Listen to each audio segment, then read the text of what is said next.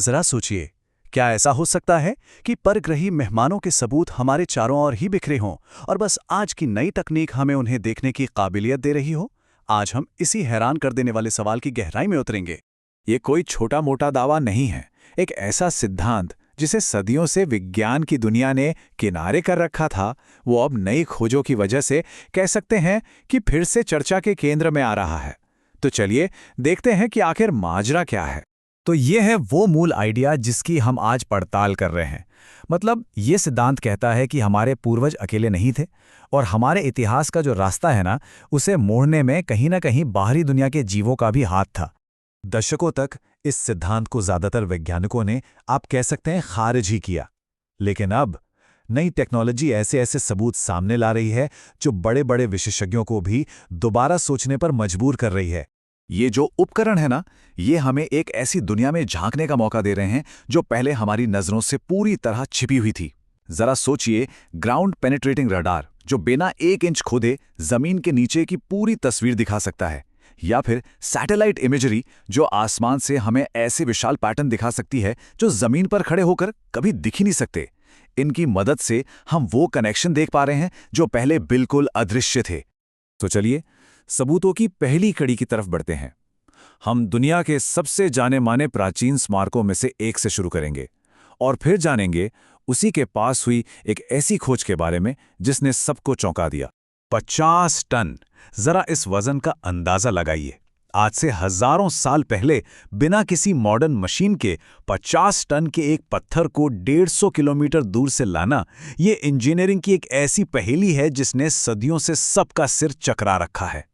और फिर 2015 में स्टोनहेंज से बस 3 किलोमीटर दूर ग्राउंड पेनिट्रेटिंग रडार ने कुछ ऐसा खोज निकाला जिस पर यकीन करना मुश्किल था।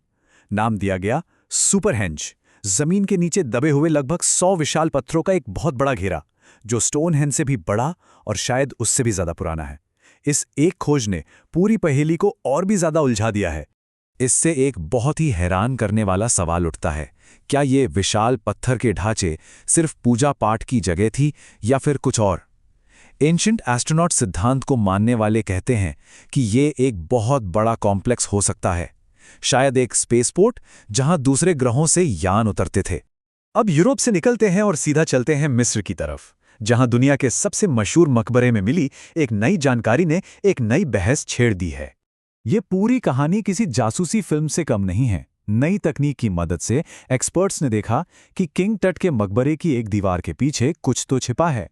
खासकर थर्मल इमेजिंग ने, जो तापमान में आए छोटे से छोटे बदलाव को भी पकड़ लेती है, ये बताया कि दीवार के उस पार कोई खाली जगह है। ज्यादातर एक्सपर्ट्स का मानना है कि ये छिपा हुआ कमरा शायद रानी नेफरतीती का है। और ये बात इस पूरी थ्योरी के लिए बहुत जरूरी है, क्योंकि नेफरतीती और उनके पति फ़ारो अखेनातेन मिस्र के इतिहास के सबसे अजीब और रहस्यमयी शासक माने जाते हैं।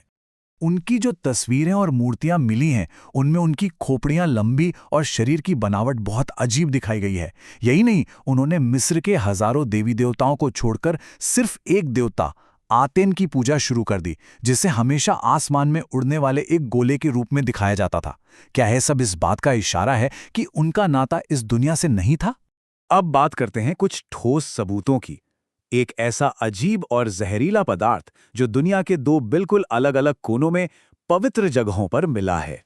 देखिए, मेक्सिको के एक पुराने पिरामिड के नीचे बहुत बड़ी मात्रा में तरल पारा मिला है।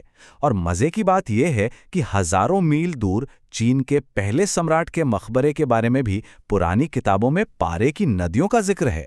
और सबसे दिलचस्प बात, दोनों ही जगहों की पौराणिक कहानियां आसमान से उतरने वाले देवताओं से जुड़ी हैं।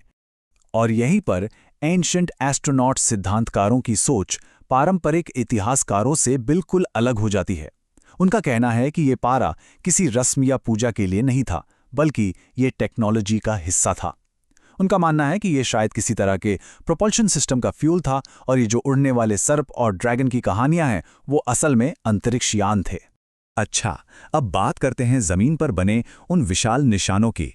इस सिद्धांत के मुताबिक ये इंसानों के लिए बनाई गई कला नहीं थी, बल्कि ये तो आकाश में मौजूद किसी के लिए भेजे गए संदेश थे। पेरू की मशहूर नाज़का लाइंस को ही ले लीजिए, हम सब उनके बारे में जानते हैं।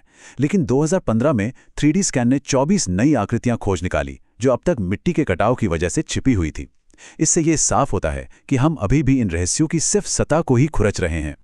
इन नई खोजों से ये भी पता चला कि ये काम किसी एक पीढ़ी ने नहीं किया, बल्कि 4 अलग-अलग संस्कृतियों ने सदियों तक इसे जारी रखा।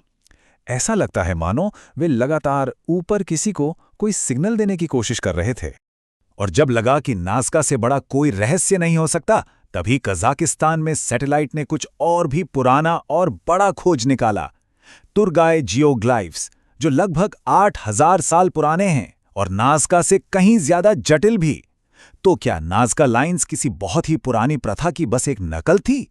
तो चलिए अब इन सभी अलग अलग जगहों से मिले सबूतों को एक साथ रखते हैं और देखते हैं कि इन सब को जोड़ने पर क्या तस्वीर उभर कर सामने आती है। इंग्लैंड में जमीन के नीचे दबे विशाल पत्थर, मिस्र में मकबरों के अंदर छिपे हुए राज, मेक्सिको और चीन में मिला वो रहस्यमयी तरल पारा, और पेरू और कजाकिस्तान में आसमान में रहने वालों के लिए बनाए गए विशाल निशान। क्या ये सब अलग अलग पहेलियां हैं या फिर ये एक ही वैश्विक घटना के टुकड़े हैं? और यहीं पे सोर्स का सबसे बड़ा तर्क सामने आता है कि ये सारे संकेत, ये सबूत जानबूझकर पीछे छोड़े गए थे। वे एक ऐसी आने वाली पीढ़ी का इंतजार कर रहे थे जिसके पास इन्हें ढूंढ निकालने की तकनीक होगी। ये एक टाइम कैप्सूल की तरह है जो शायद अब जाकर खुल रहा है।